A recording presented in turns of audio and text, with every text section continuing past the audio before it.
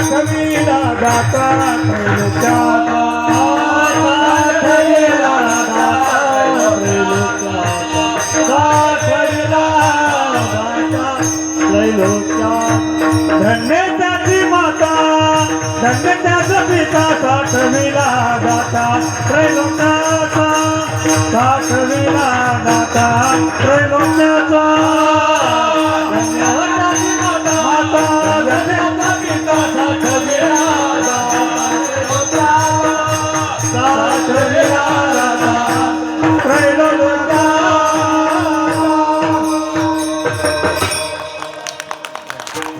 श्री संत जाण्याबाईने कुठं साठवलं हृदयामध्ये, हनुमंतरायाने कुठं साठवलं हृदयामध्ये, आणि सावता महाराजांनी कुठं साठवलं हृदयामध्ये.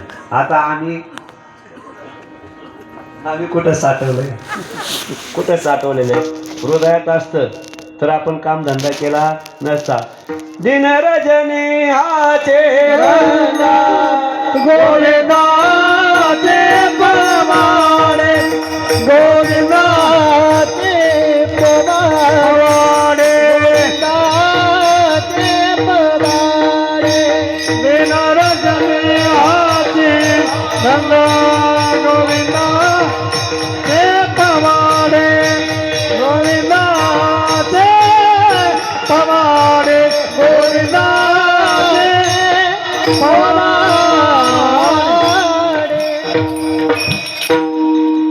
संसारामध्ये कामाला किंमत आहे. काम म्हणजे कोणतं? जे रोज आपण कष्ट करतो, मेहनत करतो, प्रयत्न करतो, त्या कामाला काय आहे?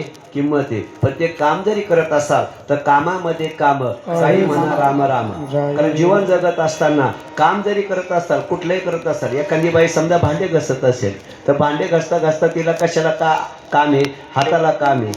तोंडाला काही काम आहे का? मग तोंडाला काही काम नाही तर म्हणायचं ना, रामकृष्ण हरी रामकृष्ण हरी रामकृष्ण हरी रामकृष्ण हरी रामकृष्ण हरी. जर तोंडाने रामकृष्ण हरी म्हणलं तर भांडंही चांगलं निघेल, काय भांडंही स्वच्छ निघेल, आणि आपली जी गटार आहे ती बाजूला निघेल, आणि आपलं चित्त हृदय काय होईल?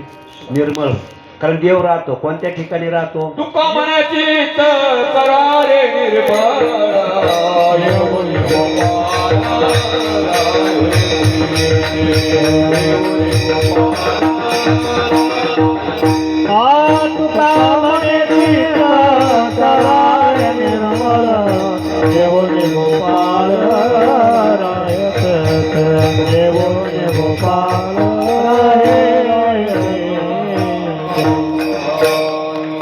महाराजांनी तुका म्हणे चित्त करारे निर्मळ येऊन गोपाळ रायत होते. पण या चित्तामध्ये जर आम्ही काम क्रोध जर भरून ठेवले तर एक हृदय मोकळं राहील का? नाही. मग एका घरातला माणूस निघून गेल्याशिवाय दुसरा भाडेकरी तिथे टाकता येत नाही. हा जर सर्वसामान्य जीवनाचा आधार असेल तर जीवन जगत असताना त्या भगवंताला जर आम्हाला आमच्या हृदयामध्ये बसवायचं असेल तर त्या भगवंताला ज्या हृदयामध्ये बसवायचंय तर आमच्या जीवनातले काम क्रोध विकार हे काय झाले पाहिजे? नाहीसे झाले पाहिजे. आणि हे नाहीसे केल्यानंतर तो भगवंत मात्र आमच्या हृदयामध्ये आल्याशिवाय राहणार नाही. हनुमंतरायाने कुठल्याही बक्षिसाची कुठल्याही याची अपेक्षा न करता निरपेक्ष भक्ती केली, म्हणून आजही किती वर्ष झाले तरी हनुमंतराय काय आहे? चिरंजीवी. हनुमंतरायाचा अंत झालेला नाही. तुमचा आमचा अंत का होतो? कारण आम्ही आमच्या जीवनात सगळी खंतच निर्माण करून ठेवलेली, त्याच्यामुळे आमचा अंत झाल्याशिवाय राहत नाही. मग जीवन जगत असताना त्या रामप्रभूच्या नामाचा जर उच्चार केला, रामनामाचे पोवाडे अखंड ज्याची वाचा पडे, धन्य तो एक संसारी. आणि काय करायचं? रामनाम जो उच्चारी, असा रामनामाचा उच्चार तुम्ही करायचा. आता जे शिवजी रामप्रभूचं भजन करायचे ते शिवजीचं भजन कोण करायचे? रामप्रभू करायचे. श्री शिवाय नमोस्तुभ्यम. अशा पद्धतीने एकमेकाची देवाणघेवाण चालली पाहिजे. आणि अशा पद्धतीची देवाणघेवाण ज्या दिवशी होती, आम्ही काय केलं पाहिजे? आमच्या वारकरी संप्रदायाची एक काय रीत आहे, एकमेकात सहाय्य करू इथं कीर्तन करणारा मोठा नाही, इथं गाणारे मोठे नाही, इथं वाजवणारे मोठे नाही, इथं ऐकणारे मोठे नाही. कारण प्रभू तुम्ही महिषाची या मूर्ती, मी दुबळा अशी तसे प्रेम भक्ती. म्हणून जीवन जगत असताना इथं सगळी आम्ही एकाच देवाचे लेकरं आहे. आणि एका देवाचे लेकरं असल्यामुळे आम्ही फक्त काय करायचं? खरा तो एकचे धर्म जगाला प्रेम रे पावे, खरा तो एकचे धर्म जगाला प्रेम अर्पावे करा तो जगाला प्रेम अर्पावे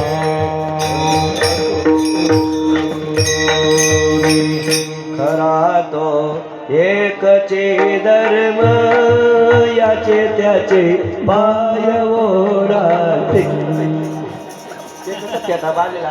लक्षात नाही आलं. काय करायचं एकमेकावर प्रेम करायचंय पण ते प्रेम करत असताना सुद्धा निर्मळ मनाने केलं पाहिजे. प्रेम करत असताना निर्मळ मनाने करा, नामचिंतन करत असताना निर्मळ मनाने करा आणि जीवन जगत असताना स्वच्छंदी जीवन जगा. आणि असं जर स्वच्छंदी जीवन जगलं तर आमच्या जीवनाचं कल्याण झाल्याशिवाय राहणार नाही.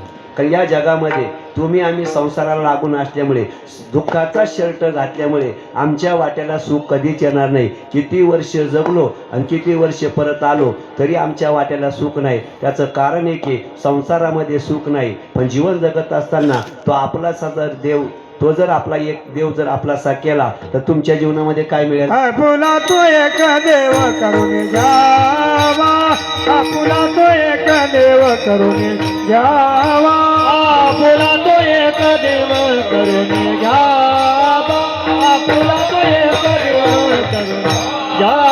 विन देवा सुख नोय, विन देवा सुख नोय, विन देवा सुख नोय. हेरती बाई के दुखाची जनेते, हेरती बाई के दुखाची जनेते, विन देवा सुख नोय, विन देवा सुख नोय. विन देवा सुख नोय. हेरती बाई के दुखाची हेरती बाई के दुखाची जगती.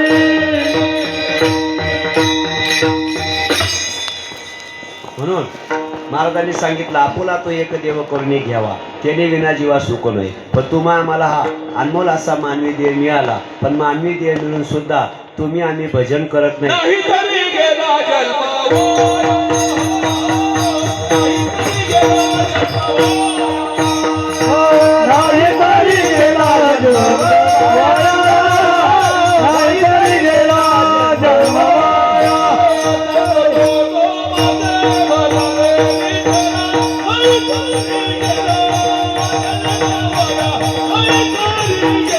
सांगतो तू माझी वदारे विठ्ठला, नाही तरी गेला जन्मवाया, नाही तरी गेला जन्मवाया.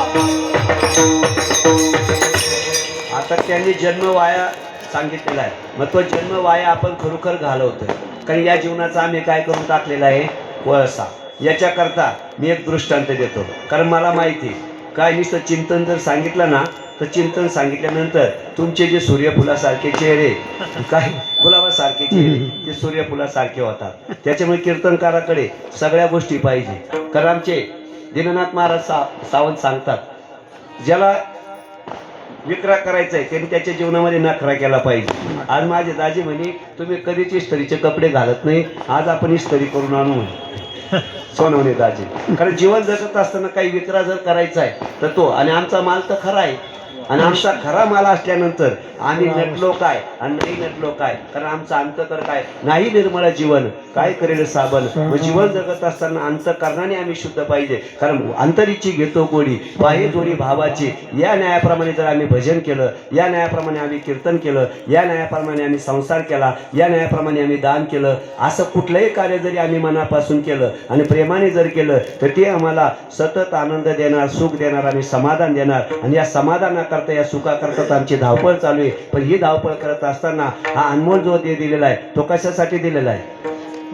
देवे दिला देह भजन गोमाता, देवे भजन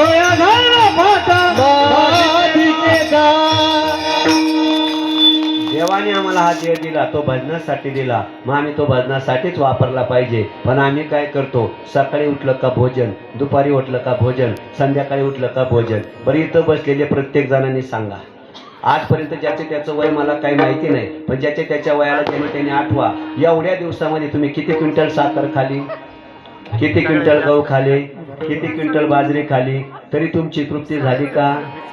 झाली नाही. कारण ही जे शरीर आहे हे कसं आहे, याच्यामध्ये जे बी टाका ते कुठं गायब होऊन जातं. म्हणून जीवन जगत असताना किती जरी खाल्लं तर त्याला महत्त्व नाही, पण ज्यांनी भजन केलं त्याच्या जीवनातलं वजन वाढल्याशिवाय राहणार नाही. मग भजन याच्याकरता करायचंय. मी मागा बोललो तर आम्ही या देहाचा काय करून टाकलेला कोळसा. तो कोळसा कसा केलाय, एक राजा शिकारीला गेला. तो राजा जेव्हा शिकारीला गेला, मामा शिकारीला गेल्यानंतर त्याने आपला धनुष्य काढला, त्या धनुष्याला बाण लावला आणि बाण लावल्यानंतर त्या काळविटाला त्याला मारायचं होतं. त्याने काळविटाशी एक नजर केली, धनुष्यबाणाची दोरी ओढली आणि ती दोरी ओढून एक नजरेने तो आता धनुष्याचा तो बाण सोडणार आणि काळविटाची शिकार करणार. पण हे कृत्य करत असताना त्याच्या पायाजवळ एक सर्प होता. तो सर्प डायरेक्ट फणा काढून उभा होता आणि त्या जंगलामध्ये एक लाकूड तो काय करत होता, लाकडं तोडत होता. पण त्या लाकूड तोड्याने जेव्हा लाकडं तोडता बघितलं, लाकूड तोड्याने जेव्हा लाकडं तोडता बघितलं आणि बघितल्यानंतर त्याला वाटलं मला त्रास झाला तर चालेल, पण जगाचा पोशिंदा गेला नाही पाहिजे. आमच्या भारत देशासाठी एकदा टाळ्या वाजवा. आम्हाला पोशिंदा चांगला मिळालेला काय आहे, पोशिंदा चांगला मिळालेला आहे. आजचा जो दिवस आहे, श्री वैकुंठवासी गोपीनाथरावजी मुंडे साहेब यांचं आज काय आहे, पुण्यस्मरण. बरोबर आहे. म्हणून जीवन जगत असताना तुम्ही चांगलं केलं तर तुम्ही शिल्लक राहतात. तुका म्हणे का मरणाची सरे आणि उत्तमाची उरे कीर्ती मागे. म्हणून जगामध्ये जर शिल्लक राहायचं असेल मरणानंतर तर आपण आपली कीर्ती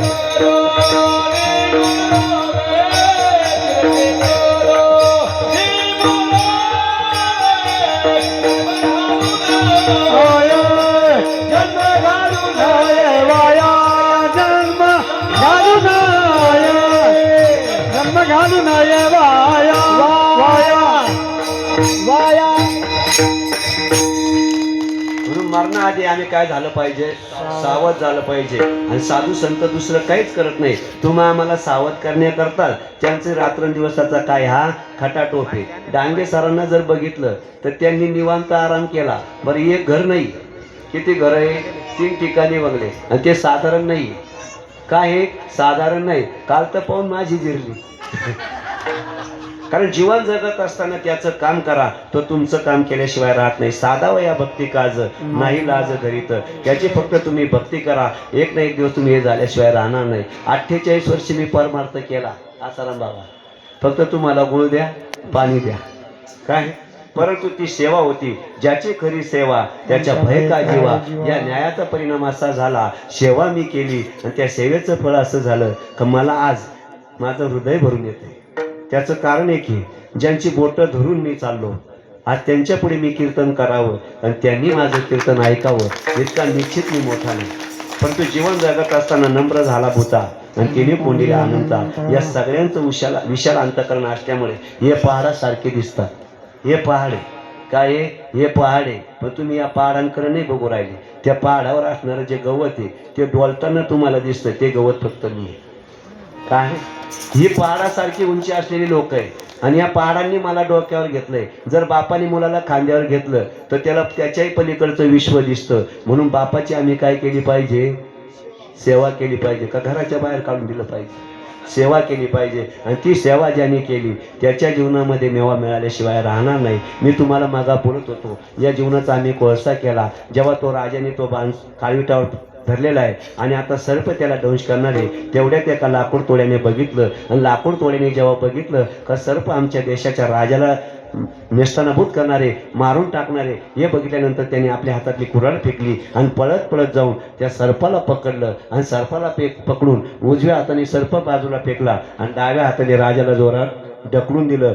तिन्ही बाजूला तीन, एका बाजूला लाकूड तोड्या पडला, एका बाजूला राजा पडला आणि एका बाजूला तो जो सर्प फेकलेला होता तो पडल्यानंतर तो सनसन सनसन चालायला लागला. आणि असं चालत असताना राजाचं लक्ष गेलं तर मला कुणी लोटलं बघितल्यानंतर राजाने पहिले लाकूड तोड्याकडे बघितलं आणि नंतर डाव्या डोळ्याने बघितलं. ते तुटून भला मोठा सर्प काय होता, धावत होता. भरधाव वेगाने तो धावणारा सर्प जेव्हा राजाने बघितला आणि राजाला लक्षात आलं, कारण तो राजा होता. काय, तो राजा होता.